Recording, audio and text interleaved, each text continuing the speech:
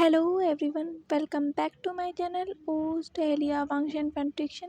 अगर आपको मेरी नॉवल पसंद आ रही है तो प्लीज़ मेरे चैनल को लाइक शेयर सब्सक्राइब जरूर कर दीजिएगा और मुझे कमेंट करके तो ज़रूर बताइएगा कि आपको मेरी नॉवल कैसी लग रही है। नॉवल शुरू करने से पहले मैं आप सभी के कुछ कमेंट्स का रिप्लाई करना चाहती हूँ।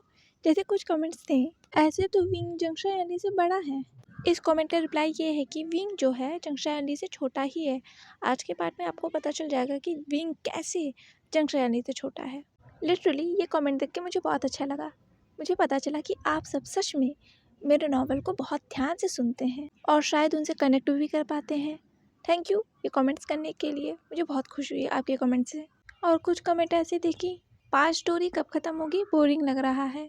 हाँ, हो सकता है कि आप लोग को बोरिंग लग रहा हो, पर जब तक हम पास्ट को नहीं जानेंगे तो हम किसी पर्सन के प्रेजेंट को कैसे जानेंगे। हम बिना किसी पर्सन के पास्ट को जाने बिना उसको प्रेजेंट को देखकर उसे जज नहीं कर सकते। सभी पर्सन के अपने अपने पास्ट होते हैं जो उनके प्रेजेंट को बदल के रख देता है। इस स्टोरी में कुछ कैरेक्टर ऐसे ही हैं जिनके पास्ट ने उनके प्रेजेंट को बदल के रख दिया है। तो उन सभी पर्सन्स के पास्ट को जाने बिना हम प्रेजेंट को, उनके इमोशंस को नहीं समझ सकते। और हम ये भी नहीं समझ सकते हैं कि वियान कौन है, लॉरेन कौन थे। जियांग फैमियान लॉरेन को कैसे जानते हैं या वियान को कैसे जानते हैं, ग्लैन को लॉरेन को क्यों जानते हैं। वी चांसे के एक कॉल से ही उन्होंने क्यों विंग को उस वॉर से निकाला था, आखिर क्यों। कांसे सरन ने मरते वक्त क्यों कहा था कि मुझे कभी मत भूलना, मैं तुम्हारी मॉम हूँ, मुझसे कभी नफरत मत करना। कांसे सरन ने मरते मरते ये कहा था विंग से। कांसे सरन ने ऐसे ही तो नहीं कहा होगा ना। ये सब जितने भी वर्ड्स हैं, सारे कैरेक्टर्स जो हैं पास्ट से रिलेट करते हैं, एक दूसरे से जुड़े हुए हैं। और खासकर मेरे नॉवल में तो फर्स्ट पार्ट से लेकर लास्ट पार्ट तक सभी कैरेक्टर्स के अपने अपने इमोशंस हैं, पॉइंट ऑफ व्यू हैं। बिना पास्ट स्टोरी को जाने आप रिसेंट स्टोरी से कनेक्ट नहीं कर सकते हैं। इसलिए पास्ट स्टोरी को एक्सप्लेन करना और खासकर हर एक कैरेक्टर्स के इमोशंस को बताना ज़रूरी था। हालांकि मैंने बहुत शॉर्ट में पास्ट स्टोरी को ख़त्म करने की कोशिश की है, फिर भी पास्ट स्टोरी आई थिंक 4 से 5 चैप्टर चला ही गया। आई एम सो सॉरी कि आप लोग को शायद बोर लगा हो। अगर बोर लगा हो तो मुझे कमेंट में करके बताइएगा कि आपको क्या सच में पास्ट स्टोरी बोरिंग लगी। मैं आप लोग से गुस्सा नहीं हूँ, बट मैं आप लोग के पॉइंट ऑफ व्यू जानना चाहती हूँ। लेकिन कुछ कमेंट बहुत अच्छे थे, सच में लिटरली बहुत अच्छे थे। जैसे अनीता मीना, उनके कमेंट जो होते हैं बहुत लॉन्ग होते हैं, पर वो कमेंट बहुत अच्छे होते हैं, बहुत खूबसूरत होते हैं। वो नॉवेल के हर एक चैप्टर के कंक्लूजन को जैसे निकाल देती हैं। एंड लास्ट वन, क्रिकेट गुरु, इनके कमेंट मेरे नॉवल से डायरेक्ट कनेक्ट करते हैं। थैंक यू सो मच मुझे कमेंट करने के लिए। इनके कमेंट को देखकर पता चलता है कि हाँ, कुछ लोग जो है मेरे नॉवल को शायद पसंद करते हैं और उन्हें समझने की कोशिश करते हैं, या इस नॉवल के कैरेक्टर्स के इमोशन से कनेक्ट कर पाते हैं। अगर मैं करवा पाई तो मैं अपनी स्टोरी के हर एक कैरेक्टर के इमोशंस को एक्सप्लेन करने की कोशिश करती हूँ, पर मुझे नहीं पता कि आप उन कैरेक्टर्स के इमोशंस को समझ पाते हैं या नहीं। बट आई एम हैप्पी जितने लोग भी मुझे कमेंट करते हैं। थैंक यू सो मच आप सभी का कमेंट करने के लिए। इससे मुझे मोटिवेशन फील होता है जब भी इस तरीके के कमेंट आते हैं। तो चलिए ज़्यादा देरी ना करते हुए अपने ब्यूटीफुल नॉवल को शुरू करते हैं, क्योंकि ऑलरेडी 3 मिनट से ऊपर हो गए हैं। तो इस ब्यूटीफुल नॉवल का नाम है black rose season 2 the game of power chapter 11। कल के पार्ट में हमने देखा था कि Jiang Fengmian, Lan Kuran, madam Yu, Wei चांद से कांसे सरन, वियान और लॉरेन से टहलियाँ मिलने गए थे और उन्हें कांसे सरन की वेडिंग में इनवाइट करने गए थे। अब आगे एक बहुत ही खूबसूरत से वेडिंग हॉल को देखा जा सकता था, जिसमें 2 कपल पोडियम पे खड़े थे। एक ओमेगा ने वाइट कलर के उस गाउन को पहना हुआ था जिसमें वो बहुत ज़्यादा खूबसूरत लग रही थी। उसके फेस पर मेकअप लगा हुआ था। हालांकि वो मेकअप उसकी खूबसूरती को और भी ज़्यादा इन्हेंस कर रहे थे, पर शायद इस पर्सन को उन मेकअप की ज़रूरत ही नहीं थी, क्योंकि इस पर्सन की खूबसूरती ही इतनी थी। उस ओमेगा के उन खूबसूरत आंखों को देखा जा सकता था जिनमें एक चमक थी। हाँ, ये एक ओमेगा है, भला उसकी आंखों में चमक क्यों ना हो। उसने जिसे प्यार किया उसी से तो उसकी वेडिंग हो रही है, और उसके होठों पर वो स्माइल देखी जा सकती थी जो ब्राइट स्माइल थी अपने सामने वाले पर्सन को देखकर, जो कि और भी ज़्यादा खूबसूरत था, शायद उसकी नज़रों में उससे भी ज़्यादा खूबसूरत वी चांद से। उसके फेस पर भी वो स्माइल थी, क्योंकि वो दोनों आज वेडिंग करने जा रहे हैं और हमेशा के लिए एक हो जाएंगे आज के बाद। वी चांद से की नज़रें कांसे सरन के उस खूबसूरत से चेहरे पर थी जिसपे एक स्माइल थी।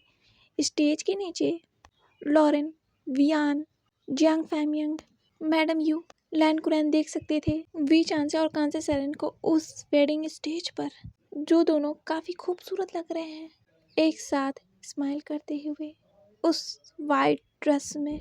लैन कुरैन की नज़रें कांसे सेरेन के ऊपर थी। वो कितनी खूबसूरत लग रही है ना।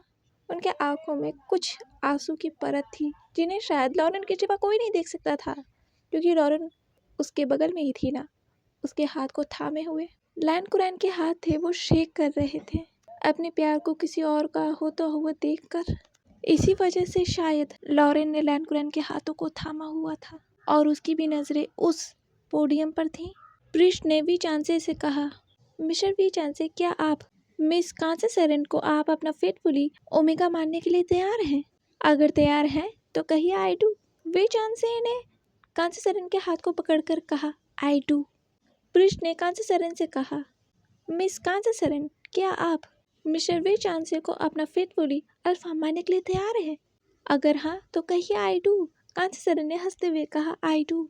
जैसे ही कांसे सेरेन ने ये कहा, लैन कुरैन के जैसे सांसें ही थम गई थी और वो उन अपने आंसू भरी आंखों से कांसे सेरेन और वी चांसे को देख सकते थे, उस ब्यूटीफुल कपल को देख सकते थे, अपने प्यार को देख सकते थे। जियांग फैमियांग की नज़रें लैन कुरैन के ऊपर थी और वियान की भी, लॉरेन की तो थी ही, कह लो उन सभी की नज़रें लैन कुरैन के ऊपर थी। लैन कुरैन का दिल आज शायद टूट गया था। आज उन्हें ये यकीन हो गया था कि कांसे सेरेन उनकी कभी नहीं हो सकती। देखते ही देखते वो वेडिंग रिचुअल्स पूरे हो गए थे और सबके फेस पर स्माइल थी। हाँ, कुछ चेहरे जो थे दुखी थे तो कुछ चेहरे हंस रहे थे। लैन कुरैन भी देख रहे थे हंसते हुए कांसे सेरेन को। कांसे सेरेन खुश थी और लैन कुरैन कांसे सेरेन के उस हंसते हुए चेहरे को देखकर खुश थी कि कांसे सेरेन कितनी खुश है। वो खुश हैं कि उनका प्यार खुश है। हालांकि उनका प्यार उनका नहीं हुआ तो क्या हुआ, वो खुश तो है। यहाँ सभी कांसे सेरेन और वी चांसे के वेडिंग पर खुश थे, बहुत खुश थे, पर यही सभी लैन कुरैन के लिए दुखी भी थे, क्योंकि वो क्या कर सकते थे। दोनों ही उनके फ्रेंड हैं, वो भी बेस्ट फ्रेंड, तो उनका दुखी होना तो लाजमी था और उनके खुशी में खुश होना भी तो लाजमी ही था ना। पर कुछ किया नहीं जा सकता था, डेस्टिनी ही शायद ये थी। वो सब भी चाह कर भी कुछ नहीं कर सकते थे। कांसे सेरेन ने उस फ्लावर बुके को पकड़कर कहा, देखो अब मैं फेंकने वाली हूँ, सब खड़े हो जाओ। जितने भी अनमैरिड लोग थे वो स्टेज के नीचे खड़े थे और कांसे सेरेन जो है उस फ्लावर बुके को फेंकने वाली थी, क्योंकि ये एक रिचुअल है। स्टेज के नीचे जियांग फैमियांग, मैडम यू और बहुत ढेर सारे और लोग थे जो वेडिंग में आए हुए थे और लैन कुरैन को सभी ने पकड़कर वहाँ पर खड़ा कर दिया था। ये सब होते हुए वियान और लॉरेन देख रहे थे हंसते हुए। वी चांसे भी खड़े होकर स्टेज से ये देख सकते थे। कांसे सेरेन ने कहा, अब मैं फेंक रही हूँ। कांसे सेरेन ने ये जैसे ही कहा, सबने शोर करना शुरू कर दिया था। कांसे सेरेन ने जैसे ही उस फ्लावर बुके को फेंका, वो फ्लावर बुके डायरेक्ट जाके मैडम यू के हाथ में गिरा था और मैडम यू शॉक। लॉरेन ने कहा, यू अब तुम्हारी शादी होने वाली है। लॉरेन के हाथ में जो छोटा सा श्यान था वो भी ये देखकर हंस रहा था। वेडिंग कंप्लीट हो गई थी और पूरे रिचुअल्स भी खत्म हो गए थे और सभी ने वी चांसे और कांसे सेरेन को कॉन्ग्रेचुलेट किया और ढेर सारे विशेष दिए उनके हैप्पी लाइफ के लिए। कांसे सेरेन और वी चांसे की वेडिंग हो गई थी और वी चांसे और कांसे सेरेन को जाना था अल्जीरिया, क्योंकि वी चांसे जो थे उस वक्त वे कॉर्पोरेशन के सीईओ थे और वी चांसे के जो डैड थे वे कॉर्पोरेशन के डायरेक्टर थे। तो उन लोगों को तो यहाँ से जाना ही था। वैसे भी उनकी फैमिली बहुत छोटी सी थी। वे चांसे की फैमिली में बस वे चांसे और उसके डैड थे और अब कांसे सेरेन थी। वे चांसे के ज़्यादा रिलेटिव्स नहीं थे, पर जो थे बहुत दूर के थे और उनकी हमेशा नज़र गड़ी रहती थी वे चांसे की प्रॉपर्टी पर। उन्हें वे चांसे की फैमिली से कोई मतलब नहीं था, उन्हें तो मतलब था वे चांसे की प्रॉपर्टी से, क्योंकि वे जो थे बिलीनियर थे। तो इतनी बिलीनियर फैमिली के रिलेटिव्स होने का फ़ायदा तो वो उठाना चाहेंगी ना। इसी वजह से हमेशा उनकी नज़र जो थी वे चांसे के डैड के प्रॉपर्टी पर गड़ी रहती थी। वे चांसे और कांसे सेरेन चाइना तो चले गए थे शादी के बाद, पर वे चांसे के जो डैड थे वो चाइना में अपना बिजनेस फैलाना चाहते थे। वो चाइना में भी वे कॉर्पोरेशन को लाना चाहते थे, जो कि अभी तक नहीं हुआ था। और वी चांसे भी इस चीज़ के लिए मान गए थे, क्योंकि वो कांसे सेरेन को देख सकते थे। वो बहुत दुखी रहने लगी थी, उसके सारे फ्रेंड्स यहाँ नहीं है। वी चांसे और कांसे सेरेन अज़ीलिया में बिल्कुल अकेले थे, यहाँ कोई नहीं था और चाइना में उनके सारे के सारे फ्रेंड थे, उनके रिलेटिव्स थे। हालांकि वी चांसे के रिलेटिव्स जो थे वो बहुत दूर के थे, पर वो बहुत लालची थे। इस वजह से वी चांसे और उनकी फैमिली हमेशा से उनसे बहुत दूर रहती थी। पर कांसे सेरेन के तो रिलेटिव्स थे ना, लॉरेन और वियान, और कांसे सरन उनसे मिल नहीं पाती थी। वे चांसे की मदर की पहले ही डेथ हो गई थी। वे चांसे के फादर ने ही उन्हें बड़ा किया था। इसी वजह से तो सिर्फ वे चांसे के एक बार कहने से कि वो कांसे सरन से प्यार करते हैं, उन्होंने वे चांसे की वेडिंग जो है कांसे सरन से करवा दी थी। उन्हें कोई फर्क नहीं पड़ता था कि कांसे सरन जो है उनके बराबरी की है या नहीं। वे चांसे उस ओमेगा से प्यार करते हैं, बस उन्हें वो फर्क पड़ता था। वे चांसे वे इसका इकलौता हायर था और वो उनका इकलौता बच्चा था, तो वो क्यों अपने बच्चे की खुशी पूरा नहीं करते। वे चांसे के डैड वे चांसे से बहुत प्यार करते थे। वे चांसे और कांसे सरन की शादी को हुए 2 से 3 महीने हो गए थे और वो दोनों वापस आए थे चाइना अपने बिजनेस को एक्सपेंड करने के लिए, क्योंकि चाइना में एक और ब्रांच बन रही थी वेस की, तो उन दोनों को यहाँ आना ज़रूरी था। और यहाँ आकर कांसे सरन बहुत खुश थी। वो अपने सारे फ्रेंड से मिल पाई थी, अपने पुराने लोगों से मिल पाई थी, जियांग फेमियांग, मैडम यू, हालांकि वो कुरैन से नहीं मिली थी। वे चांसे और कांसे सरन चाहते तो थे लैन कुरैन से मिलना, पर लैन कुरैन बहुत बिजी थे, पर शायद वो बिजी खुद को रख रहे थे, इसी वजह से शायद वो दोनों से नहीं मिल पा रहे थे। लैन कुरैन नहीं चाहते थे कि वो वे चांसे और कांसे सरन के बीच में आए, इसी वजह से उन्होंने भी कांसे सरन से दूरियां बनाना उन्होंने शुरू कर दिया था। कांसे सरन ने भी अपने डैड के बिजनेस को संभालना शुरू कर दिया था, जो अब तक लॉरेन संभाल थी, क्योंकि लॉरेन संभाल नहीं पा रही थी, क्योंकि उसके ऊपर दहलिया एम्पायर की बहुत ज़्यादा रिस्पॉन्सिबिलिटीज हैं। आखिर वो क्वीन है, तो उसे उस क्वीन की जिम्मेदारियों को संभालना भी था। इसी वजह से कांसे सरन ने अपने डैड के बिजनेस को संभालना शुरू कर दिया था, जिससे कि लॉरेन को कोई प्रॉब्लम ना हो, क्योंकि अब तक तो लॉरेन ने ही संभाला था उस बिजनेस को। वे चांसे कांसे सरन की बहुत हेल्प करते थे कांसे सरन के डैड के बिजनेस संभालने के लिए, क्योंकि कांसे सरन तो अजेलिया में रहती थी ना, तो अजेलिया से उस बिजनेस को यहाँ पर लाना, जिसकी वजह से काम बहुत ज़्यादा बढ़ गया था। दोनों ही बहुत बिजी रहने लगे थे अपने लाइफ में। कह लो सारे फ्रेंड्स की ज़िंदगी बिजी हो गई थी, सब लगभग दूर दूर हो गए थे, और यहाँ जियांग फेमियांग के सिर पर बहुत प्रेशर था शादी का। उसके डैड चाहते थे कि जियांग फेमियांग वेडिंग कर ले मैडम यू से, क्योंकि मैडम यू जो थी जियांग फेमियांग के डैड के बिजनेस पार्टनर की बेटी थी, और उन्हें वो बहुत पसंद थी अपने बेटे के लिए। इसीलिए वो चाहते थे कि जियांग फेमियांग मैडम यू से शादी कर ले, पर जियांग फेमियांग इसके लिए तैयार नहीं थे। वो नहीं चाहते थे किसी और ओमेगा से शादी करना, वो हमेशा के लिए सिंगल रहना चाहते थे, अकेले रहना चाहते थे अपने लाइफ में। पर उनके डैड नहीं चाहते थे कि जियांग फेमियांग अपने ज़िंदगी में अकेले रह जाए, उनका साथ कोई ना दे। जियांग फेमियांग के डैड चाहते थे कि जियांग फेमियांग के लाइफ में कोई हो उनकी ज़िंदगी में जो उनका ख्याल रखे, क्योंकि कुछ साल बाद उनके मॉम डैड तो चले जाएंगे ना, और जियांग फेमियांग अपनी ज़िंदगी में अकेले रह जाएंगे, और ये चीज़ उनके मॉम डैड नहीं देख सकते थे। इसी वजह से जियांग फेमियांग के मॉम डैड ने बहुत ज़्यादा प्रेशराइज़ किया था, इमोशनली कह लो ब्लैकमेल किया था अपने मरने को बोलकर। जियांग फेमियांग ने बहुत प्रेशराइज होकर मैडम यू से शादी की थी, जो कि वो नहीं चाहते थे। वो नहीं चाहते थे कि लॉरेन के अलावा उनके लाइफ में कोई और ओमेगा हो। वो खुश थे लॉरेन को दूर से ही देखकर।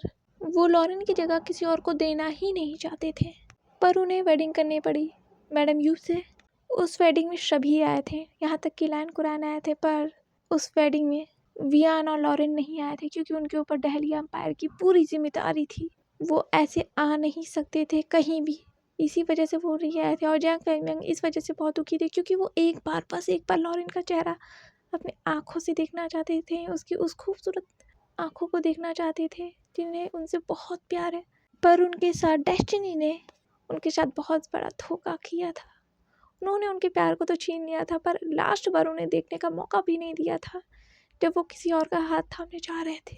जियांग फेमियांग ने मैडम यू से वेडिंग तो कर ली थी, पर वेडिंग के फर्स्ट नाइट को ही जियांग फेमियांग ने मैडम यू से कह दिया था कि वो कभी भी मैडम यू को वो फैमिली की खुशी नहीं दे पाएंगे, वो कभी भी लॉरेन को भूल नहीं सकती हैं। तो मुझसे ये उम्मीद भी मत करना कि मैं तुम्हें कभी भी उस तरीके से कभी प्यार कर पाऊँगा। मैं तुम्हें ज़िंदगी भर एक दोस्त की नज़रों से देखूँगा, उसके सिवा कुछ भी नहीं। मैंने तुमसे शादी अपने मॉम डैड के प्रेशर में आके की है। मैं तुम्हें सब कुछ दूंगा, एक अल्फा होने की सारी जिम्मेदारियों को भी उठाऊंगा, तुम्हें हर वो चीज़ ला के दूंगा, हर वो खुशी ला के दूंगा जो तुम्हें चाहिए, बस उसमें मैं नहीं हूँगा। मैं वो तुम्हें नहीं दे पाऊँगा जो एक अल्फा अपने ओमेगा को देता है। मैं तुम्हें तुम्हारी कभी फिजिकल नीड पूरी नहीं कर सकता, और ना शायद मैं तुम्हें अपनी ज़िंदगी में कभी छू भी पाऊँगा, क्योंकि मैं तुमसे प्यार नहीं करता। मैं प्यार कर चुका हूँ, और वो प्यार मैं कभी नहीं भूल सकता। मैडम यू ने भी उस नाइट को एक कन्फेशन किया था कि वो जियांग फेमियांग से प्यार करती हैं। वो अब से नहीं, कॉलेज टाइम से, जब उन्होंने पहली बार जियांग फैमियांग को देखा था। मैडम यू ने सब कुछ बता दिया था, जिसके बाद जियांग फैमियांग जो है मैडम यू से बहुत दूर रहने लगे थे। वो दोस्ती यहाँ तक कि ख़त्म हो गई थी। इस सच जानने के बाद मैडम यू के ऊपर जियांग फैमियांग को कोई गुस्सा नहीं था, बस वो कोई होप नहीं देना चाहते थे मैडम यू को कि वो कभी भी उनसे प्यार कर पाएंगे, क्योंकि वो मैडम यू का दिल नहीं तोड़ना चाहते थे, क्योंकि उन्हें दिल टूटने पर कितना दर्द होता है वो उन्हें पता है। आखिर उन्होंने फील जो किया था। वेडिंग के कुछ मंथ बाद ही मैडम यू ने जियांग फैमियांग के मॉम डैड से कह दिया था कि वो कभी भी प्रेग्नेंट नहीं हो सकती हैं, वो बेबी बर्थ नहीं दे सकती हैं। मैडम यू ने खुद के ऊपर ही सारे ब्लेम्स को ले लिया था और वो लोगों के ताने सुनती थी कि वो जियांग के हायर को जन्म नहीं दे सकती। हालांकि जियांग फैमियांग के मॉम डैड ने कभी भी मैडम यू को कुछ भी नहीं कहा था, उनके ऊपर कोई भी टॉन्ट नहीं कहा था कि वो बेबी बर्थ नहीं दे सकती, जियांग के हायर को जन्म नहीं दे सकती, क्योंकि वो मैडम यू को बहुत मानते थे। मैडम यू जियांग के बहुत पुराने बिजनेस पार्टनर की बेटी जो थी। जियांग फैमियांग के मॉम डैड मैडम यू को अपनी बेटी की तरह मानते थे, इसी वजह से उन्होंने कभी भी मैडम यू को कुछ नहीं कहा था। और मैडम यू ने इसलिए ये झूठ बोला था सबसे, क्योंकि वो नहीं चाहती थी कि जियांग फैमियांग के मॉम डैड जो हैं जियांग फैमियांग को प्रेशराइज करें इस शादी के रिश्ते को आगे बढ़ाने के लिए या जियांग के हायर को पाने के लिए। वो नहीं चाहती थी। एक बार तो प्रेशराइज होकर जियांग फैमियांग ने मैडम यू से शादी कर ली, पर मैडम यू नहीं चाहती कि वो जियांग फैमियांग के ऊपर बोझ बने। वो उनसे प्यार करती हैं, वो खुश हैं, वो उन्हें दूर से ही देख के खुश है। हालांकि उन्होंने तो इस सच बोलने के बाद अपनी दोस्ती ही खो दी थी, लेकिन वो जियांग फैमियांग को देखकर खुश है, उनके पास रहकर खुश है, उनके उस फेरोमोन्स को इनहेल कर सकती हैं, वो जो उस बेडशीट से आती है। वो बहुत दूर दूर सोते हैं उस बड़े से बेड पर, लेकिन वो खुश हैं जियांग फैमियांग को अपने पास देखकर। पर वो दुखी भी हैं जियांग फैमियांग को इतना दुखी देखकर। कभी कभी मैडम यू को बहुत दुख होता है जियांग फैमियांग को ऐसे देखकर कि क्या गॉड ने उनके लिए जियांग फैमियांग को उनके प्यार से दूर कर दिया, या फिर जियांग फैमियांग के लाइफ में वो कर्ज की तरह थी जिन्होंने उनके प्यार से उन्हें दूर कर दिया। और उन्हें तो उनका प्यार मिल गया, हाँ दूर से ही सही वो, पर उनके पास तो है। पर जियांग फैमियांग तो अपने प्यार को बस देख सकते हैं, और अब जियांग फैमियांग उसका चेहरा भी नहीं देख सकते, क्योंकि वो पर्सन तो बहुत दूर है, दूर टहलिया अंपायर की क्वीन है। अब तो वो उसके बारे में सोच भी नहीं सकते ना। वियान लाइब्रेरी में बुक पढ़ रहा था, तभी वहाँ डैनियल आया। डैनियल ने कहा किंग, और उसने वियान को बुक किया। वियान ने कहा काका आप ऐसे मत किया कीजिए, मैंने आपसे कितनी बार कहा है, आप मुझसे बड़े हैं। डैनियल ने कहा किंग आप किंग हैं, मुझे तो झुकना ही होगा। वियान ने कहा काका ऐसा नहीं है, और वियान जो है अपने बुक्स को छोड़कर खड़ा हो गया और वियान डैनियल के पास आ गया। डैनियल ने कहा आप बिजी थे किंग? वियान ने कहा नहीं काका मैं बिजी नहीं था, आप मुझे किंग कहना बंद कीजिए, मुझे अच्छा नहीं लगता, आप मुझे वियान कह सकते हैं जैसे आप पहले कहते थे। डैनियल ने कहा ठीक है। वियान ने कहा काका आपको मुझसे कुछ बात करना था। डैनियल ने कहा हाँ, वो मैं तुम्हें बहुत दिनों से देख रहा हूँ, तुम पूरी जिम्मेदारियों को संभाल रहे हो, तुम बहुत थके हुए लग रहे हो। वियान ने कहा काका ऐसी कोई बात नहीं है। डैनियल ने कहा मैं जानता हूँ तुम्हारे ऊपर बहुत ज़्यादा वर्कलोड है, इतने महीनों से तुम संभाल रहे हो, है ना? वियान ने कहा हाँ थोड़ा प्रेशर तो है। डैनियल ने कहा वियान मैं चाहता हूँ कि आज तुम फ्री रहो, तुम बाहर क्यों नहीं जाते लॉरेन के साथ घूमने, तुम और लॉरेन और शियान, वो भी तो इस राजमहल में रहते रहते बोर हो गया है ना, तुम सबको घूमना चाहिए, तुम्हें अपना माइंड फ्रेश करना है, उसके बाद तो तुम्हें दहली एम्पायर की सारी भागदौड़ को तो संभालनी ही है ना। वियान ने कहा काका मेरे पर बहुत ज़्यादा प्रेशर है, मैं नहीं जा सकता। डैनियल ने कहा ठीक है कोई बात नहीं, तुम जैसा चाहो, पर मैं चाहता था कि तुम आज अपनी लाइफ पहले की तरह जियो, खुश रहो, मैं देख रहा था कि तुम बहुत ज़्यादा टेंशन में आजकल लग रहे हो। वियान ने कहा काका आप चाहते थे? डैनियल ने कहा हाँ मैं चाहता था तुम्हारी कुछ जिम्मेदारी को कम करना, पर तुम शायद बहुत बिजी हो, मुझे तुमसे ही नहीं करना चाहिए था, मुझे माफ़ कर देना, मुझे कोई हक ही नहीं है। वियान ने कहा काका नहीं ऐसा कोई बात नहीं है, थैंक यू काका आपने मेरे बारे में इतना सोचा, आप बहुत अच्छे हैं, आप मेरे बारे में हमेशा सोचते हैं। डैनियल ने कहा हाँ मैं तुम्हारे ही बारे में तो हमेशा सोचता हूँ। वियान ने कहा काका आपने कहा है तो हम ज़रूर जाएंगे। डैनियल ने कहा बिल्कुल, मैं यही तो चाहता हूँ कि तुम जाओ इस दहली एम्पायर से बाहर। वियान ने कहा काका वैसे मैं आपसे पूछना चाहता था बहुत दिनों से कि आपने सूसन को हॉस्टल में क्यों भेज दिया है? आपने डहलिया एम्पायर से उसे बाहर क्यों भेजा? डैनियल ने कहा, मैं चाहता था कि वो बाहर पढ़े, बाहर अच्छी यूनिवर्सिटीज़ में पढ़े। वियान ने कहा, पर क्यों काका? डहलिया में भी तो इतने अच्छे अच्छे यूनिवर्सिटीज़ हैं, यहाँ भी तो बच्चे दूर दूर से पढ़ने आते हैं, पर आपने सूजन को यहाँ से बाहर क्यों भेजा? डैनियल ने कहा, मैं चाहता था कि सूजन डहलिया से बाहर जाए और वो बाहर के कल्चर को देखे। वियान ने कहा, सही है, पर काका आपको ऐसे अचानक से उसे नहीं भेजना चाहिए था। आपने उसे दूर कर दिया अचानक से, लॉरेंस से, शियान से। वो दोनों बहुत दुखी हैं। और सूजन का क्या? वो तो और भी ज़्यादा दुखी होगी क्योंकि वो तो अकेली है ना वहाँ।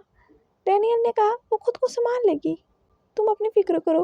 वियान ने कहा, क्या मतलब है? डैनियल ने कहा, मेरा मतलब है कि तुम्हें जाना चाहिए। देखो, कुछ देर में शाम हो जाएगी, उसके बाद रात हो जाएगी, और तुम्हें वापस आने में कितनी ज़्यादा रात हो जाएगी। तुम्हें जाना चाहिए। वियान ने कहा, ठीक है, तो मैं चलता हूँ काका, थैंक यू, आपने मेरा सारा काम संभाल लिया। वियान ने कहा, ठीक है, तो मैं डैड को बता के जा रहा हूँ। डैनियल ने कहा, नहीं, डैड को बताने की कोई ज़रूरत नहीं है, मैं डैड को बता दूंगा। रात के 10 बजे थे और एक जोर दरवाज़ा खटखटाने की आवाज़ आ रही थी। दरवाज़ा खटखटाने की आवाज़ सुनकर वियान के डैड जो बुक पढ़ रहे थे वो वहाँ से खड़े हो गए और उन्होंने अपने रूम के डोर को खोला और वहाँ उन्होंने यूजे को देखा जो उनका पर्सनल गार्ड था। किंग ने कहा, यूजे इतनी रात को? यूजे ने कहा, किंग गुप्तचर आया है। किंग ने कहा, कहाँ है वो? यूजे जो था सामने से हट गया और किंग ने उस गुप्तचर को देखा।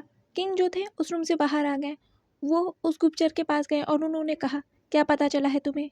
उस गुप्तचर ने कहा, किंग मुझे पता चल गया है। क्वीन की मृत्यु कैसे हुई? किंग ने कहा, मुझे बताओ।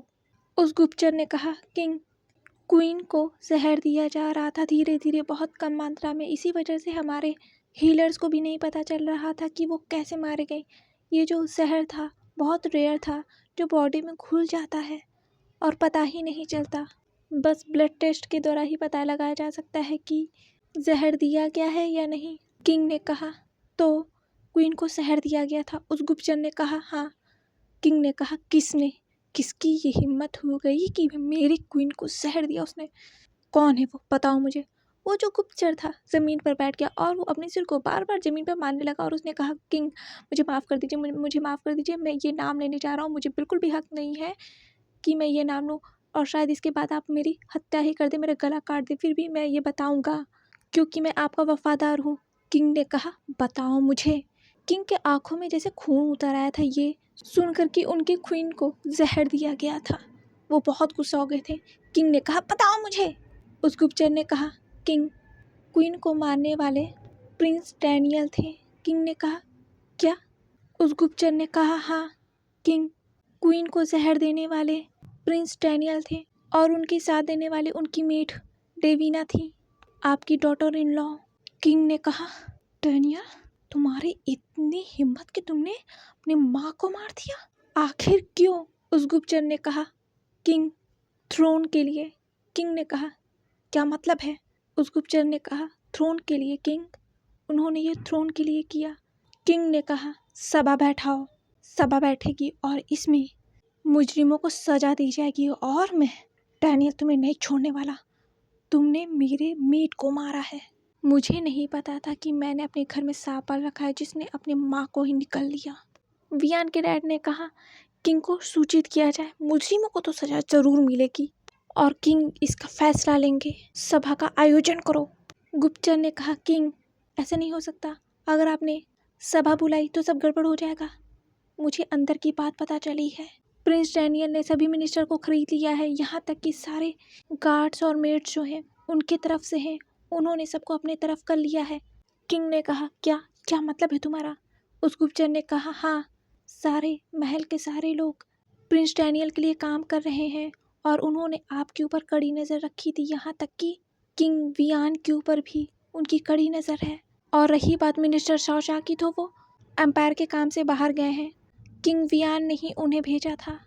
उस गुप्तचर ने कहा, किंग मामला बहुत गंभीर है, बहुत गहरी चाल चली गई है, कभी भी हमला हो सकता है, कभी भी राजद्रोह हो सकता है। इतनी गहरी चाल चली गई है कि हमें पता भी नहीं कि कौन हमारा दोस्त है कौन दुश्मन है, किसी पे भरोसा नहीं किया जा सकता। राज विद्रोह होने की पूरे चांसेस है। बस एक बार प्रिंस डैनियल ने कह दिया तो सबके सबको मार दिया जाएगा, यहाँ तक कि आपको भी। किंग, हम चाहते हैं कि आप हमारे साथ चलें, हम आपकी सेफ्टी के लिए कोई रिस्क नहीं ले सकते।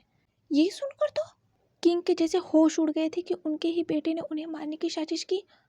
वियान वियान के डैड ने कहा कि किंग कहाँ है, बताओ मुझे, उनकी जान खतरे में है। वो गुप्तचर इससे पहले कुछ कह पाता, एक तेज गन शॉट की आवाज आई और वहीं पे वो जो गुप्तचर था जमीन पर गिर गया। ये कहकर उस गुप्तचर के जमीन पर गिरते ही पूरा खून जो था जमीन में फैल गया था और उसकी सांसें जो थी धीरे धीरे कम होने लगी थी। ये देखकर यूजे ने और वियान के डैड के पूरे गार्ड्स ने उन्हें चारों तरफ से घेर लिया था और किंग जो थे उस गुप्तचर के पास गए और उन्होंने कहा, बताओ मुझे वियान कहाँ है, कहाँ है वियान, किंग कहाँ है, बताओ मुझे।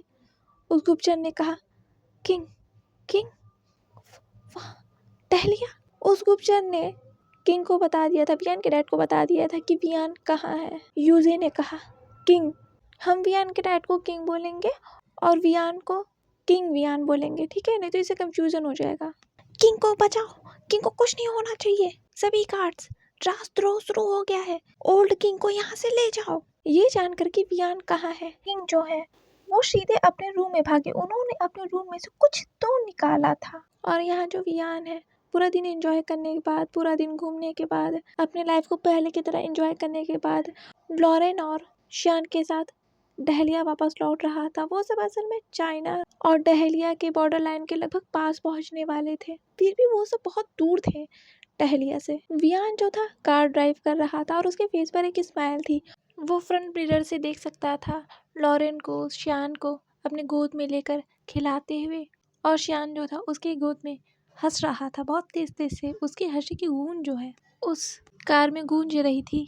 लॉरेन जो है एक म्यूजिक गुनगुना रही थी जो कि उस कार में प्ले हो रही थी। बहुत सॉफ्ट मेलोडी थी वो, जिसे लॉरेन गुनगुना रही थी। और जो वियान ने कार की उस फ्रंट मिरर से अपनी ब्यूटीफुल सी फैमिली को देख सकता था। शियान ने अपने मॉम के चेस्ट पर मारते हुए कहा, मम्मा मम्मा मम्मा। शियान जो है एक तरफ इशारा कर रहा था अपनी उंगली से, पर जो लॉरेन थी उसे देख नहीं थी।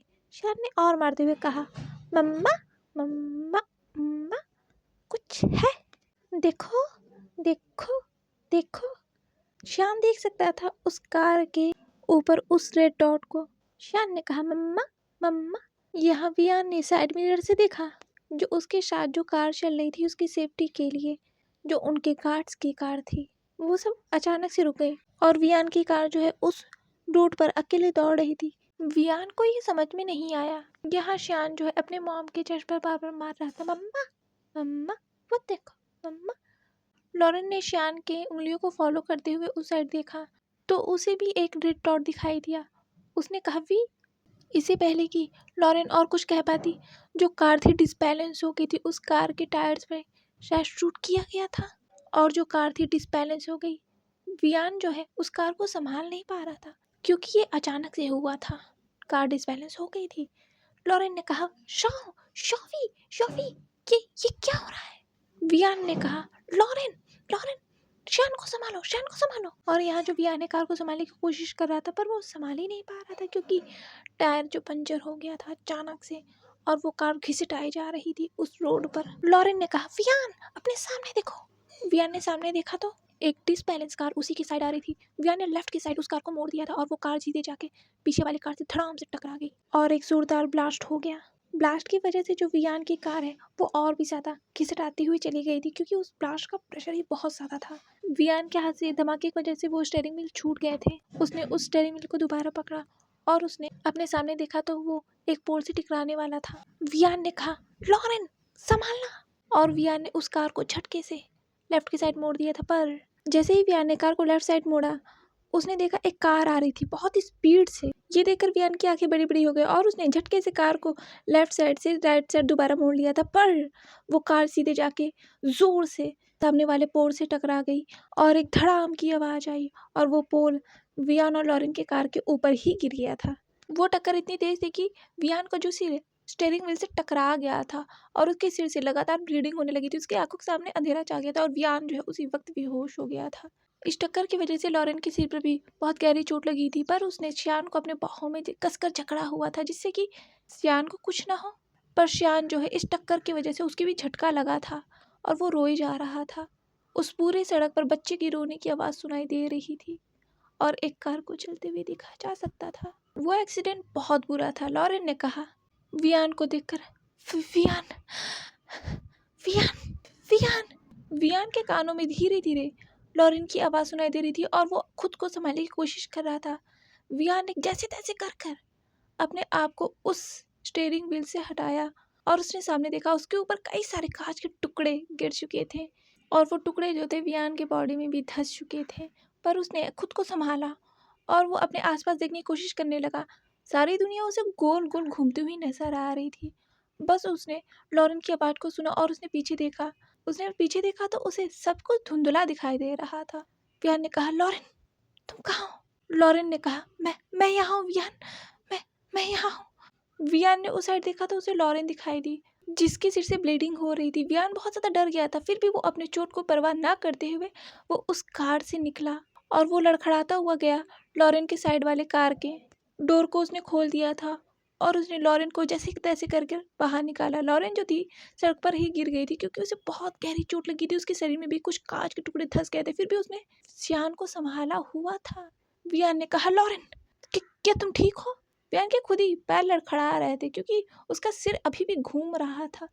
उसने अपने सामने देखा तो उसने कहा हेल्प, हेल्प, हेल्प, क्वीन की हेल्प करो, हमारी मदद करो। पर जो सामने वाले गार्ड्स थे उन्हें देखकर हंस रहे थे। वहाँ कम से कम 50 से भी ज़्यादा गार्ड्स होंगे जो कि रॉयल गार्ड्स थे। वो रॉयल गार्ड्स कुछ नहीं कर रहे थे, बस अपने फेस पर एक स्माइल लिए हुए वियान और लॉरेन को देख रहे थे। इस हालत में वियान ने कहा तुम सब क्या कर रहे हो, मदद करो। पर वो सब गार्ड्स जो थे कुछ सुन ही नहीं रहे थे। एक गार्ड ने बिल्डिंग के ऊपर देखा जहाँ से एक गन की बस नोक दिखाई दे रही थी और उसी समय एक गन शॉट की आवाज़ और वियान उसी समय जमीन पर गिर गया। लॉरेन ने पीछे मुड़कर देखा तो उसने कहा वियान। वियान ने कहा लॉरेन, भागो, भागो लॉरेन।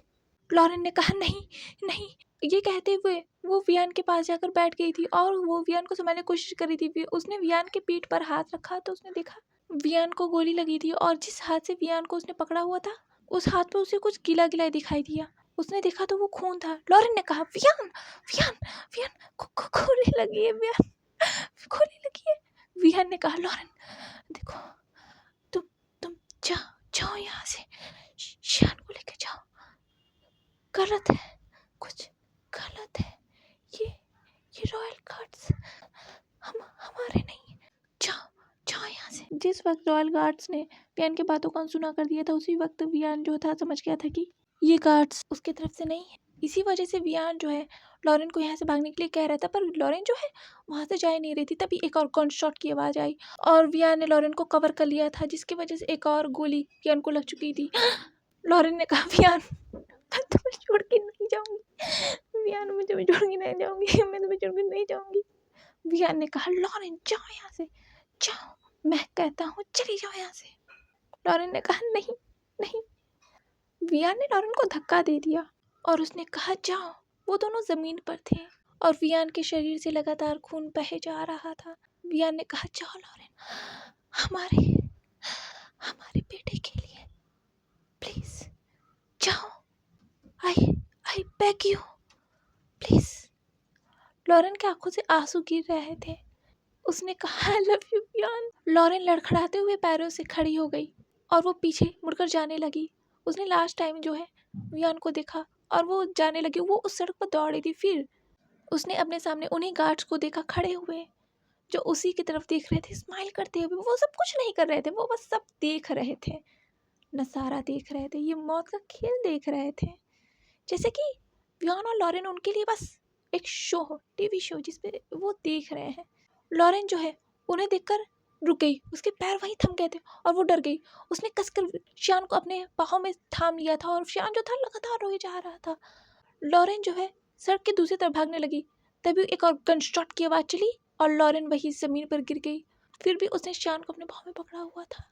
लॉरेन जो थी ज़मीन पर गिर गई थी और उसके शरीर से वो ब्लड जो था निकल रहा था और वो वाइट ड्रेस जो थी पूरी रेड हो गई थी। लॉरेन ने कहा हेल्प। वियान ने अपनी धुंधलाती हुई आंखों से लॉरेन को देखा। वियान ने कहा, लॉरेन। लॉरेन। वियान जो है अपने शरीर को घसीटते हुए लॉरेन के पास ला रहा था। फिर एक और गोली लॉरेन को लगी और लॉरेन जो है अपने सांसों को रुकता हुआ फील कर पा रही थी। जो अल्फा गन चला रहा था उसने एक फोन किया और उसने कहा, प्रिंस, किंग और क्वीन अपनी आखिरी सांसें गिन रहे हैं, क्राउन प्रिंस का क्या करना है? डैनियल ने कहा, मार दो, वो बचना नहीं चाहिए, वो मेरे और मेरे थ्रोन के बीच का कांटा नहीं बनना चाहिए, मार दो, किल हिम। उस शूटर ने कहा, यस प्रिंस। और उस शूटर ने अपने गन को शैन की तरफ कर लिया था, जो वहाँ बैठा हुआ रो रहा था अपने मॉम को, डैड को देखकर। तभी वहाँ पर लॉरेन ने देखा कुछ गार्ड्स आ गए थे और वो उन गार्ड से लड़ने की कोशिश कर रहे थे जो वियान और लॉरेन के सामने खड़े हुए थे। बहुत ज़्यादा खून खराबा हुआ, कई सारे गार्ड्स वहाँ पे मारे गए और लॉरेन को वहाँ पर एक तेज कदमों की आवाज़ आई और एक आवाज़ सुनाई दी, वियान। वो किंग थे, वियान के डैड। उन्होंने वियान को बाहों में लिया और कहा, वियान, वियान, मेरे बच्चे, तुम गोली लगी। वियान ने कहा, डैड, मेरे बच्चे को बचा लेना डैड। और वहीं वियान ने दम तोड़ दिया अपने ही डैड के बाहों में। किंग ने अपने बेटे को मरते हुए देखा था, अपने सामने तड़पते हुए देखा था, उनके हाथ जो थे खून में रंग गए थे। किंग ने कहा, वियान, वियान। वो वियान को पकड़कर रो रहे थे।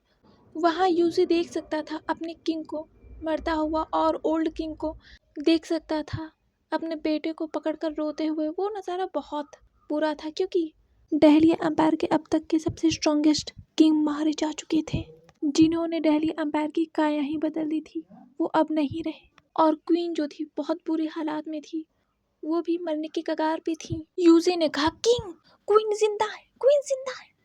जो ओल्ड किंग थे, वियान के जो डैड थे, उन्होंने वियान को धीरे से उस सड़क पर ही छोड़ दिया और वो दौड़ते हुए लॉरेन के पास आए। लॉरेन अपनी आखिरी सांसें गिन रही थी। लॉरेन ने कहा, डैड, डैड, प्लीज शान को ले जाइए, शान को ले जाइए, प्लीज डैड, मेरे बच्चे को बचा लीजिए डैड, प्लीज शान को ले जाइए। किंग ने कहा, तुम्हें कुछ नहीं होगा लॉरेन, मैं तुम्हें बचाऊंगा, मैं तुम्हें यहाँ से ले जाऊंगा। यूज़े, क्वीन को उठाओ, वो उन्हें ले जाओ, उन्हें कुछ नहीं होना चाहिए। वियान के डैड ने शान को अपने गोद में ले रखा था और जो शान है वो लगातार रो रहा था। उसके भी शरीर पर ब्लड लगा हुआ था, उसे भी चोटें लगी हुई थी और वो बार बार अपने मम्मा के पास जाने की कोशिश कर रहा था। वो कह रहा था, मम्मा, मम्मा, मम्मा, मम्मा। लॉरेन ने कहा, डैड नहीं, मैं जिंदा नहीं रह पाऊंगी, आप यहाँ से चले जाइए, आप यहाँ से जाइए। यूजे ने कहा, किंग, हमें यहाँ से जाना होगा, क्राउन प्रिंस की जान खतरे में है, हमारे सारे गार्ड्स मारे जा रहे हैं, हमें यहाँ से जाना होगा, हम यहाँ रुक नहीं सकते। लॉरेन ने कहा, चाहिए डैड। लॉरेन ने फिर अपने गले से खींचकर एक पेंडेंट निकाला, जिसकी वजह से वो पेंडेंट खुल गया और उसमें देखा जा सकता था शान, वियान और लॉरेन की हंसती हुई फैमिली को, उस छोटी सी फैमिली को देखा जा सकता था। लॉरेन ने उस पेंडेंट को वियान के डैड के हाथों में देते हुए कहा, डैड, ये मेरे शान के लिए मेरी आखिरी निशानी, इसे कभी मत बताना कि मैं कौन थी, प्लीज डैड, इसे यहाँ से ले जाओ, बहुत दूर, इन षड्यंत्र से दूर, इन रॉयल फैमिली से दूर ले जाओ डैड, प्लीज मेरे बच्चे को बचा लो, उसे बचा लो डैड। फिर लॉरेन ने शान की तरफ देखा और उसकी छोटी सी फेस पर हाथ रखते हुए कहा, शान, मम्मा तुमसे बहुत प्यार करती है, डैडा भी तुमसे बहुत प्यार करते हैं, आई लव यू। लॉरेन के आंखों में आंसू थे और वो अपने बच्चे को रोते हुए देख सकती थी और उस बच्चे को दूर जाता हुआ देख सकती थी। शान जो था अपने मम्मा के पास जाने के लिए तड़प रहा था, वो रो रहा था, मम्मा, मम्मा के पास जाना है, मम्मा, मम्मा के पास जाना है। और लॉरेन की नज़रों से शान दूर होता गया और एक और गन शॉट की आवाज़ और लॉरेन की बस आवाज़ उस जगह गूंज कर रह गई और उन कदमों की आवाज़ जो शान के पीछे पीछे भाग रही थी और वो जो गन शॉट वाला आदमी था वो भी शान के पीछे पीछे भाग रहा था। और लॉरेन की आंखें वहीं बंद हो गई, वो ब्लू ओशन आइज से एक आंसू की बूंद निकल गई और वो आइस बंद हो गई और उस सड़क पर देखा जा सकता था लॉरेन और वियान की डेड बॉडीज को। वो खूबसूरत सा रिश्ता जो दोस्ती से शुरू हुआ था और फिर प्यार में बदल गया, और वो दोनों ही ब्यूटीफुल सोल ने एक साथ दम तोड़ दिया और वो इस क्रूअल वर्ल्ड से चले गए। वियान के जो डैड थे उस सड़क पर भाग रहे थे। वो जानते थे कि वो बच नहीं पाएंगे और वो इन लोगों के हाथों पकड़े जाएंगे, पर वो शान को ऐसे इन लोगों के हाथ लगने देना नहीं चाहते थे। इसीलिए उन्होंने भागते भागते ही एक कॉल किया। सामने वाले पर्सन ने भी कॉल को उठा लिया था, शायद वो सामने वाला पर्सन सोया था। उसने कहा हेलो। किंग ने कहा hello Miss Kang. Miss Kang कहाँ से सरन जो थे उठ के बैठ गई थी। उसने कहा हेलो और उसने फिर नंबर देखा। उसने देखा तो ये तो यार का डैड का नंबर है।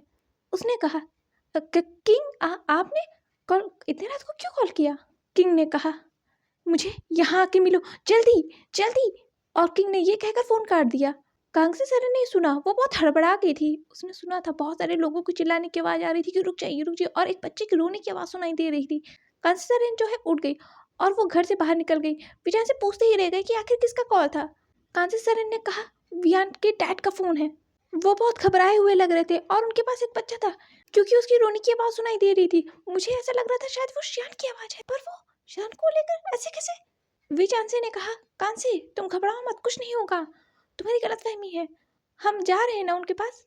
कांसर ने कहा हाँ, पर चांसी मुझे बहुत डर लग रहा है, मुझे लग रहा है कुछ बहुत गलत होने वाला है। हाँ जो किंग है वो भाग रहे थे, वो बार बार शान को बोले थे शान बेबी चुप हो जाओ, ग्रैंडपा तुम्हें कुछ नहीं होने देंगे, ग्रैंडपा तुम्हें कुछ नहीं होने देंगे, मैं तुम्हें बचाऊंगा, मैं तुम्हें बचाऊंगा, मैं अपने शान को बचाऊंगा, मैं तुम्हें कुछ नहीं होने दूंगा, मैं अपने हायर को बचाऊंगा, मैं बचाऊंगा। और वो भाग रहे थे उस सड़क पर। उनके जो गार्ड से बस 3 से 4 ही बच गए थे और सबके सब गार्ड्स मारे जा चुके थे।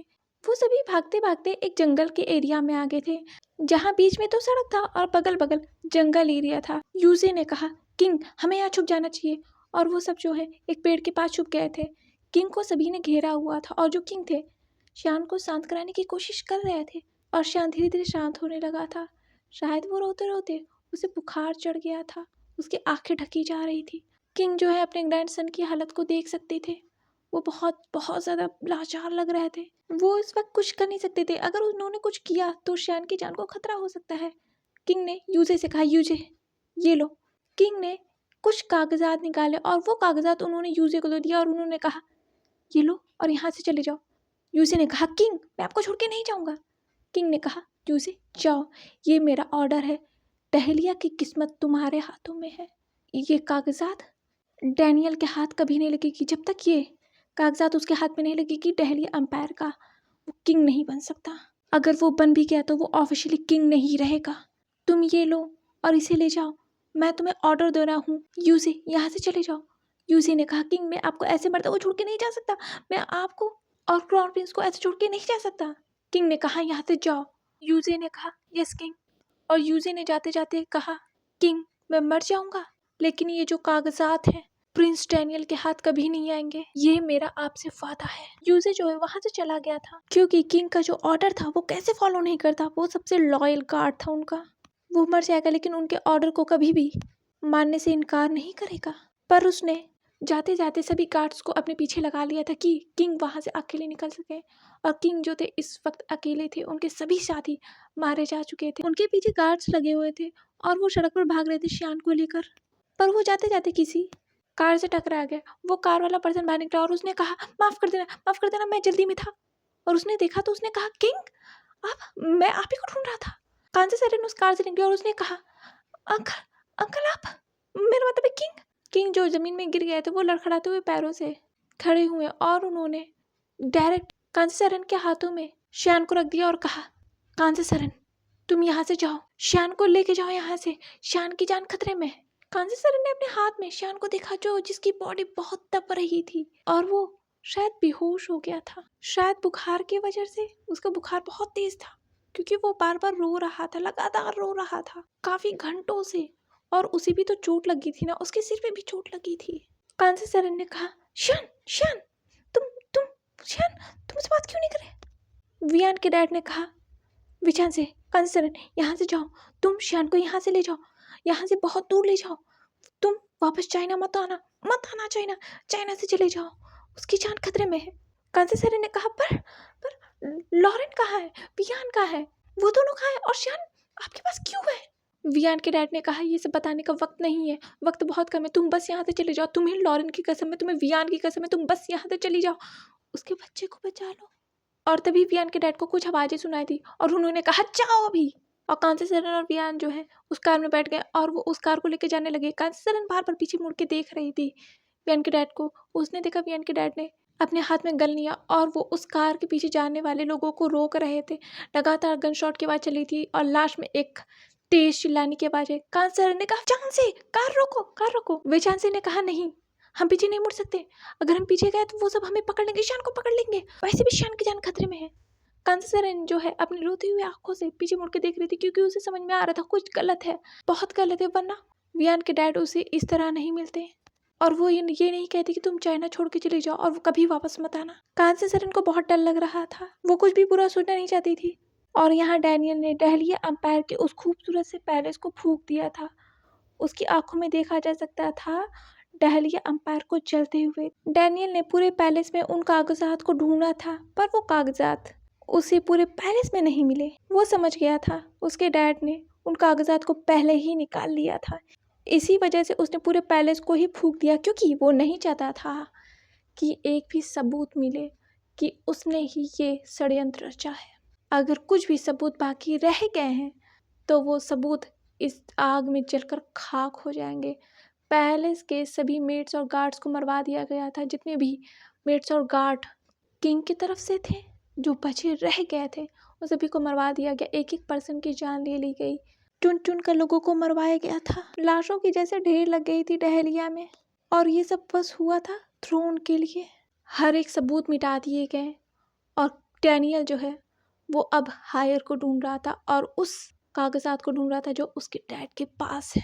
पूरे कल्टिवेशन वर्ल्ड में हल्ला हो गया था कि किंग मारे गए और पुलिस की ढेर सारी टीम जो है उस क्राइम स्पॉट पर थी और किंग और क्वीन के मरने की वजह को ढूंढा जा रहा था। पूरी तरफ बैरियर लगा दिया गया था और उन बैरियर को हटाते हुए जियांग फेमियांग और मैडम यू वियान और लॉरेन के पास जाने की कोशिश कर रहे थे। जैसे ही जियांग फेमियांग ने लॉरेन को उस जमीन पर देखा, उस खून में लथपथ, वो धड़ाम से जमीन पर गिर गए और वो रोने लगे, नहीं लॉरेन, लॉरेन तुम मुझे छोड़ के नहीं जा सकती, लॉरेन आई लव यू, तुम मुझे छोड़ के नहीं जा सकती लॉरेन। जियांग फेमियांग जो है अपने लड़खड़ाते हुए पैरों से लॉरेन की तरफ जाने की कोशिश कर रहे थे पर पुलिस ने उन्हें घसीट कर वहां से बाहर कर दिया और फेंक दिया उस क्राइम स्पॉट से बाहर। उन्होंने कहा आप यहाँ नहीं से आ सकते, शाही मामला है, आप किसी को भी हाथ नहीं लगा सकते। जियांग फेमियांग ने कहा छोड़ो मुझे, मुझे उसके पास जाने दो, मुझे जाने दो उसके पास। जियांग फेमियांग गिड़गिड़ा रहे थे, रो रहे थे कि उसे लॉरेन के पास जाने दिया जाए। और मैडम यू वो लगातार रो रही थी, वो बार बार वियान और लॉरेन के पास जाने की कोशिश कर रही थी पर बार बार उन सबको घसीट के हटा दिया जा रहा था और कहा जा रहा था कि आप वहां नहीं जा सकती, रॉयल मामला है, आप सबको गिरफ्तार कर दिया जाएगा, अगर आपने जरा से भी कुछ हो हल्ला किया तो आप सब यहाँ से चले जाइए। मैडम यू ने अपने हाथ जोड़ते हुए कहा प्लीज प्लीज मुझे जाने दो, मुझे उसके पास जाने दो। उस गार्ड ने कहा मैडम आपको समझ में नहीं आ रहा है, ये रॉयल मामला है और बाहरियों को इसमें इंटरप्ट करने की कोई जरूरत नहीं है, आप सब यहाँ से चले जाइए। मैडम यू ने कहा पर वो मेरी दोस्त है, मुझे जाने दो वहाँ। उस गार्ड ने मैडम यू को धक्का दे दिया और कहा आप यहाँ से जाइए। मैडम यू ने पीछे पलट कर कहा मुझे जाने दो वहाँ पे, मुझे जाने दो, मुझे जाने दो उसके पास। मैडम यू हाथ जोड़ रही थी, गिड़गिड़ा रही थी कि प्लीज उसे जाने दिया जाए पर मैडम यू को अचानक से स्ट्राइक हुआ, शान, शान कहाँ है? मैडम यू जो है खड़ी होगी, उन्होंने कहा शान कहाँ है बताओ मुझे। उस गार्ड ने कहा आपकी हिम्मत कैसे हुई उनका नाम लेने की, आप उन्हें क्राउन प्रिंस कहिए, वो आपके लिए क्राउन प्रिंस है। मैडम यू ने हाथ जोड़ते हुए कहा हाँ मुझे बताओ क्राउन प्रिंस का है। उस गार्ड ने कहा यह हम आपको नहीं बता सकते, आप रॉयल फैमिली से नहीं हैं। मैडम यू ने कहा फक मुझे बस ये बताओ क्राउन प्रिंस है कहाँ। मैडम यू ने उस गार्ड के कॉलर पकड़ लिए थे। उस गार्ड ने कहा आपकी इतनी हिम्मत, वो गार्ड उससे पहले कुछ करता। तभी अंकल शॉ वहां पर आ गया। अंकल शॉ ने कहा तुम इस तरह उनसे कैसे बात कर सकते हो, तुम जाओ यहाँ से। और वो गार्ड वहां से चला गया था। अंकल शॉ से मैडम यू ने पैर पकड़ते हुए कहा प्लीज प्लीज मुझे बता दीजिए शान का है, शान क्या है, वो जिंदा तो है ना। अंकल शॉ ने कहा क्राउन प्रिंस गायब है, वो लापता है, हमें नहीं पता वो कहाँ है, क्राउन प्रिंस को ढूंढने की कोशिश की जा रही है, हम उन्हें ढूंढ रहे हैं। मैडम यू ने कहा ये सब कैसे हुआ, ये सब कैसे हुआ बताइए मुझे। मिस्टर शॉ ने कहा, डहलिया के राइवल्स ने डहलिया पर आक्रमण कर दिया था, जिसकी वजह से उन्होंने किंग और क्वीन पर हमला कर दिया और पूरे डहलिया एम्पायर के पैलेस को फूंक दिया आग में। उन्होंने महल के सभी लोगों को मार दिया और यहाँ तक कि उन्होंने ओल्ड किंग को भी मार दिया। ओल्ड किंग नहीं रहे और क्राउन प्रिंस गायब है। मामला बहुत दुखद है। एक रात में ही सब कुछ खत्म हो गया। मिस्टर शॉ की आंखों से ये कहते हुए आंसू निकल गए और मैडम यू के कानों में एक रोने की आवाज़ गई। मैडम यू ने मिस्टर शॉ के पीछे देखा तो डैनियल और डेविना रो रहे थे उस जमीन में बैठकर, लॉरेन और वियन को इस तरीके से देखकर। डैनियल जो है बार बार वियन के पास जाने की कोशिश कर रहा था और जितने भी पुलिस है उसे साइड हटा रहे थे क्योंकि वो उसे टच नहीं कर सकता था। डैनियल के जो गार्ड्स थे डैनियल को संभालने की कोशिश कर रहे थे और डेविना जो है वहाँ बैठकर बस रोई जा रही थी। असल में ये जो पुलिस थी पूरी करप्ट थी।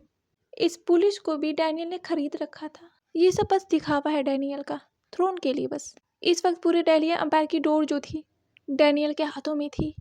पूरे डहलिया एम्पायर को डैनियल ने कंट्रोल किया हुआ था और वो सबको कमांड कर रहा था। यह आंसू तो सिर्फ एक नाटक था, वो तो बस लोगों की सिंपैथी हासिल कर रहा था। उसे जो अगला किंग बनना है इसीलिए। और यहाँ जियांग फैमियांग टूट गए थे लॉरेन के मौत से।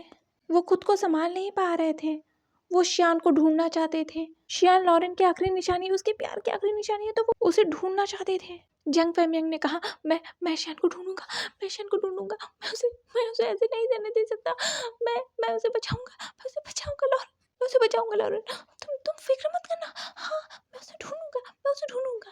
मैं तुमसे वादा करता हूँ लॉरेन, मैं तुमसे वादा करता हूँ। मैडम यू ने कहा, फैमियांग होश में आओ फैमियांग, तुम होश में आओ।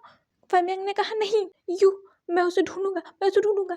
यू ने कहा, हाँ हम उसे ढूंढेंगे फैमियांग, हम उसे ढूंढेंगे, हम ढूंढ के रहेंगे। और ये सब होते हुए लैन कुरैन अपनी नजरों से देख सकते थे। लैन कुरैन अभी ही इस वक्त आए थे।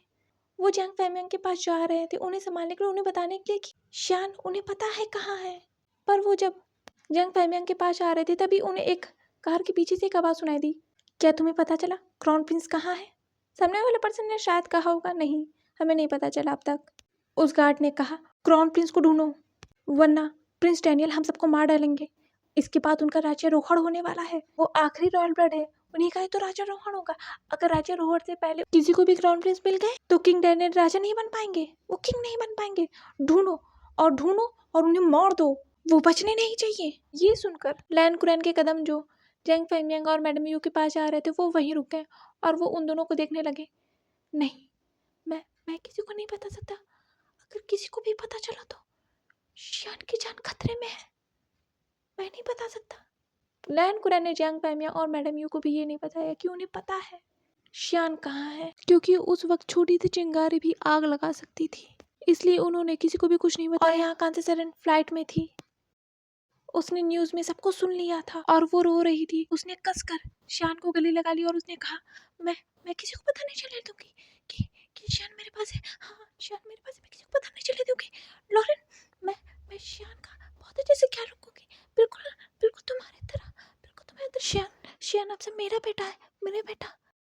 लॉरेन, शियान हमेशा तुम्हारा ही शियान रहेगा, पर अब से ये वीवू शियान कहलाएगा, मेरा फींग कहलाएगा। शॉ वीवू शियान, ये शॉ उसके नाम से कभी नहीं जाएगा क्योंकि ये तुम्हारा बेटा है, पर इसके नाम में अब से वे लगेगा। कांति सरन जो है उस विंडो से देख सकती थी चाइना को दूर जाते हुए, बहुत दूर। और जो जियांग फैमियांग है पूरे कल्टीवेशन वर्ल्ड में, पूरे चाइना में, यहाँ तक कि पूरे डहलिया में उन्होंने शियान को ढूंढा और वो आज तक ढूंढ रहे हैं। उन्होंने शियान को पागलों की तरह पूरे कल्टीवेशन वर्ल्ड में ढूंढा, पर शियान उन्हें नहीं मिला। जियांग फैमियांग को मैडम यू ने बहुत संभाला। जियांग फैमियांग जब भी हार जाते थे शियान को ढूंढते ढूंढते, वो मैडम यू के कंधों पर रोते थे। उन्होंने कई रातें तो बस आंसुओं में ही गुजार दी थी। बस दिन निकल रहे थे पर शियान जियांग फैमियांग को मिला ही नहीं। और जियांग्स को उनका हायर चाहिए था, जियांग्स की अगली पीढ़ी तो चाहिए थी ना। हालांकि सब ये जानते थे कि मैडम यू बेबी बर्थ नहीं दे सकती हैं, पर जियांग फैमियांग के मॉम डैड को उनकी अगली पीढ़ी चाहिए थी। वो अपनी नज़रों के सामने उसे देखना चाहते थे। इसी वजह से मैडम यू और जियांग फैमियांग ने फैसला किया था कि वो बेबी अडॉप्ट करेंगे और वो सब ऑर्फनेज भी गए थे। जियांग फैमियांग एक ऑर्फनेज में जा रहे थे तो वो एक छोटी सी बेबी से टकरा गया और वो बेबी रोने लगा बहुत तेज तेज से अपने आंखों को मीचते हुए। जंग फैमियांग जमीन पर बैठ कर उन्होंने कहा, हे आई एम सॉरी बेबी, क्या आपको चोट लगी? उस बेबी ने कहा, सिजे सिजे नहीं मिलनी सिजे। जंग फैमियांग ने देखा वो बेबी बहुत क्यूट था, बहुत क्यूट। वो एक अल्फा बेबी बॉय था। जंग फैमियांग ने कहा, ठीक है, तो हम आपके सिजे को ढूंढेंगे। तभी वहाँ पर एक क्यूट सी अल्फा बेबी गर्ल आई जिसके 2 पोनी टेल्स थे। वो कह रही थी, आचिंग आचिंग तुम कहाँ हो आचिंग। उस बेबी बॉय ने कहा, सिजे वो रही सिजे। और उस बेबी बॉय ने जाके अपने सिजे को गले लगा लिया। जंग फैमियांग और मैडम यू ने देखा और उन्हें वो दोनों बच्चे बहुत पसंद आए। उन्होंने उन दोनों बच्चों को अडॉप्ट कर लिया था। हालांकि वो दोनों जा रहे थे एक छोटे से बच्चे को अडॉप्ट करने, पर उन्होंने इन दोनों सिबलिंग्स को अडॉप्ट कर लिया था। जंग फैमियांग ने इन बच्चों को अपनी दुनिया ही मान लिया। इन बच्चों पर वो अपनी जान छिड़कते थे। आखिर वो उनके बच्चे नहीं थे, पर वो जान से प्यारे हो गए थे जंग फैमियांग को। और मैडम यू ये देखकर बहुत खुश थी। पर जंग फैमियांग ने अभी भी शियान को ढूंढना बंद नहीं किया था। वो हमेशा शियान को ढूंढते ही रहते थे। और यहाँ डहलिया एम्पायर के अगले किंग डैनियल को बना दिया गया, क्योंकि डैनियल ने तो यही तो षड्यंत्र रचा था ना। उसने सबकी सिंपैथी हासिल करके आखिर थ्रोन पा ही लिया था। अंकल शॉ भी बेवकूफ़ बन गए। उन्होंने उसको उस गद्दी पर बैठाया जिसने ही उनके किंग को मारा था। आखिर इतने बेहतरीन तरीके से षड्यंत्र रचा गया था, लोगों को मैनिपुलेट किया गया था, तो डैनियल का गद्दी पर बैठना तो तय था ना। आखिर वो आखिरी रॉयल खून था, तो उसे गद्दी पर बैठना तो था ही। हालांकि वो ऑफिशियली डहलिया का जुआन नहीं था, पर वो था। जब तक कि डहलिया को उसके क्राउन प्रिंस नहीं मिल जाते, तब तक वो डहलिया का जुआन है। इसीलिए डैनियल क्राउन प्रिंस को ढूंढ रहा है और अब उसे वो क्राउन प्रिंस मिल गया है। मम्मा मम्मा मम्मा नहीं, मम्मा मम्मा मम्मा के पास जाना है, मम्मा के पास जाना है। मम्मा मम्मा मम्मा मम्मा के पास जाना है। शियान शियान मम्मा तुमसे बहुत प्यार करती है। डैडा भी तुमसे बहुत प्यार करते हैं। विंग विंग होश में आओ Wing Wing Wing. President Dan Wang ji Wing को होश में लाने की कोशिश कर रहे थे, पर विंग उसके मुंह से बस यही निकल रहा था, मम्मा के पास जाना है, मम्मा के पास जाना है, मम्मा मम्मा के पास जाना है। President Dan Wang ji wing के मुंह से ये सुन सकते थे और वो बार बार विंग को होश में लाने की कोशिश कर रहे थे, पर विंग होश में नहीं आ रहा था। वो बार बार यही रिपीट किए जा रहा था और विंग के कानों में बस यही सुनाई दे रहा था, मम्मा तुमसे बहुत प्यार करती है। डैडा तुमसे बहुत प्यार करते हैं शियान। और विंग को उस लेडी की आइस, वो ब्लू ओशन आइस उसे दिखाई दे रही थी, जो उसे देख रही थी आंसू भरे आंखों से, और उससे ये कह रही थी। प्रेसिडेंट डैन वांग जी लगातार विंग को उठाने की कोशिश कर रहे थे और विंग जो है होश में नहीं आ रहा था। वो बार बार एक ही वर्ड्स दोहराया जा रहा था। प्रेसिडेंट डैन वांग जी ने विंग को हक कर लिया और वो उन्होंने अपने अल्फा फेरोमोन्स को रिलीज करना शुरू कर दिया था। धीरे धीरे विंग धीरे धीरे रिलैक्स फील करने लगा और वो प्रेसिडेंट डैन वांग जी के बाहों में ही सो गया। आज भी विंग को वो ड्रीम्स आते हैं जिसकी वजह से विंग डर जाता है, और वो जो ड्रीम्स है विंग के लिए बस एक नाइटमेयर बन के रह जाते हैं। प्रेसिडेंट डैन वांग जी ने विंग को अपने गले से लगाया हुआ था और वो विंग के पीठ को थपथपा रहे थे कि विंग और भी गहरी नींद में। प्रेसिडेंट डैन वांग जी बाहर बारिश को होता हुआ देख सकते थे। आसमान में बादल कड़कड़ा रहे थे। प्रेसिडेंट डैन वांग जी ने अपने ओमेगा को देखा और उन्होंने विंग के फेस पर हाथ रख कर कहा, आखिर तुम्हें ये नाइटमेयर क्यों आते हैं? आज के लिए बस इतना ही। अगर मेरी नॉवल पसंद आई हो तो प्लीज़ मेरे चैनल को लाइक शेयर सब्सक्राइब कर दीजिएगा। Bye bye.